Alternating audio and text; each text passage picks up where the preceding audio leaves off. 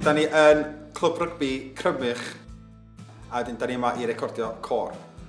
Dwi wedi bod yn canu fo gymaint ben yn hun, a dwi'n edrych ymlaen i glwad lleisiau go iawn yn canu ymlaen yn y gitgan. A fydd ddiddorol gweld sut mae'r trefniant hefyd, da ni wedi bod yn gweithio'r trefniant yn eitha dipyn felly, so fydd yn ddiddorol gweld sut mae hwnna'n gweithio. A wedyn ni'n stopo am hwn i fan hyn wedyn? Ie, so ni'n gallu stopio yn fanna de, a wedyn so ni'n just gallu rhoi nhw 2 bar neu math cyn yr gitgan yna. Na fydd hwnna'n iawn. Dwi'n gweithio i'r fenter iaith a nes i gytuno i roi gweddi a beth sy'n siarad gyda Mei wedyn i ddod lawr.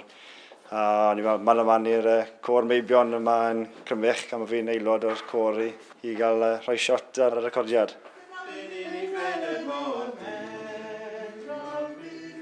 Mae geithio ni'r sgôr, siop ti 2 wythnos nôl, ond gan bod cyngherddau wedi bod ar y boes, o'n i'n methu ymarfer tan wythnos diwetha.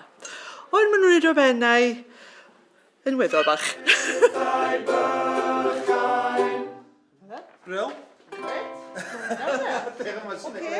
Dwi'n credu ni'n lwcus yn yr ardal yma yn Crymych. Mae'n ardal Cymraeg iawn, felly mae digon o gweithgareddau. Mae clwbiau fel yr Aelwyd, clwbiau ffermwyr ifanc, y clwb unan, a jyst y gymuned i gyd fi'n credu, i ni gyd yn siarad Cymraeg gyda'n gilydd. Ni yn lwcus fan hyn yn yr ardal yma bod gymaint o bethau Cymraeg yn dyfod yn digwydd, ond ni'n deall hefyd yn lot o ardaloedd, felly bod eisiau hybu fwy o Gymreigdod, dyn nhw fe. Cael yn mwyn yr iaith cael ei ddefnyddio bob dydd, mewn sefyllfaoedd bob dydd yn hytrach na felly mewn ysgol neu mewn gwaith yn dyfe. So wrth gwrs mae traddodiadau fel canu côr yn rhan ohono fe. Ydyn pethau mae mudiadau fel yr urdd a'r ffermwyr ifanc. Wrth gwrs yn helpu hefyd gyda hwnna.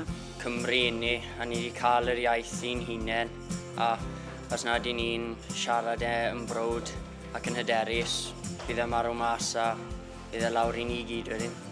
Ath un o Gefn Geri yn y diwedd, bach o strygl yn y canol, ond ath un grit ar y cyfan. Dwi'n edrych ymlaen yn fawr i glywed y gan yn ei gyflawn, gyda'r lleisiau eraill fel cor heol y march ar diawl. O'n i'n ffôr swing fyna. Dwi'n edrych ymlaen i glywed y gan yn ei chyfandrwydd a gweithio bydd y lleisiau ni'n swno'n gwd. A bod fi'n edrych ymlaen i glywed yr artistiaid eraill sydd ar y gan hefyd.